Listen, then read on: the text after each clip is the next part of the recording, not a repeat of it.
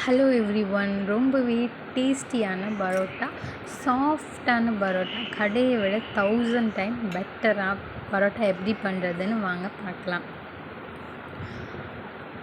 KG மைதா மாவில் உப்பு போட்டு 1 ஸ்பூன் ஜீனி போட்டு நல்லா இந்த மாதிரி கோதுமை மாவு மாதிரி பிசைஞ்சு வச்சுக்கிட்டு இந்த மாதிரி குட்டி குட்டி பால்ஸாக உருட்டி ஒரு 1/2 hour நல்லா ஊற வச்சதுக்கப்புறமா இந்த மாதிரி சப்பாத்தி எப்போதும் தேய்ப்போம் இல்லையா, அது மாதிரி நல்லா தேய்ச்சதுக்கப்புறம் இந்த மாதிரி கத்தியை வச்சு லைன் பண்ணி ரோல் பண்ணிக்கோங்க.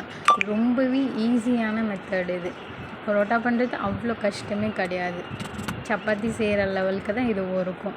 இந்த மாதிரி ரவுண்ட் பண்ணி வச்சதுக்கப்புறம் லைட்டாக ப்ரெஸ் பண்ணி விட்டு அதை டைரெக்டாக தோசைக்கல்லில் போட்டு நல்லா ஆயில் 2 சைடும் நல்லா ஸ்ப்ரெட் பண்ணி கோல்டன் ப்ரௌன் கலர் வர மாதிரி 2 சைடும் நல்லா வேக வச்சு நல்லா எடுத்துக்கோங்க. நல்லா வேகணும்.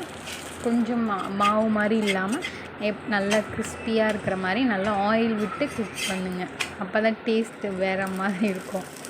அது மாதிரி சூடாக இருக்கும்போதே ஒரு 4 பரோட்டாவை அந்த மாதிரி சேர்த்து ஷேக் பண்ணி அடித்து வச்சிட்டிங்கன்னா ரொம்ப சாஃப்டாக இருக்கும். சாப்பிட்றதுக்கும் ரொம்ப நல்லாயிருக்கும். மைதா அளவோடு சேர்த்துக்கோங்க. அதுதான் உடம்புக்கும் நல்லதும் கூட. Monthly once R twice it's okay. அதுக்கு மேலே நீங்கள் மைதாவை சேர்த்துக்க வேணான்னு சொல்கிறேன்.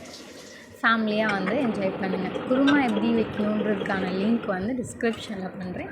செக் பண்ணிக்கோங்க எப்படின்றத. இது இட்லி தோசைக்கும் பர்ஃபெக்டாக இருக்கும். அதுவும் பரோட்டாவுக்கு ரொம்ப பர்ஃபெக்டாக இருக்கும். சாப்பிட்டு எப்படி இருக்குன்றத கமெண்ட் பண்ண மறந்துடாதீங்க. சப்ஸ்கிரைப் பண்ணவும் மறந்துடாதீங்க.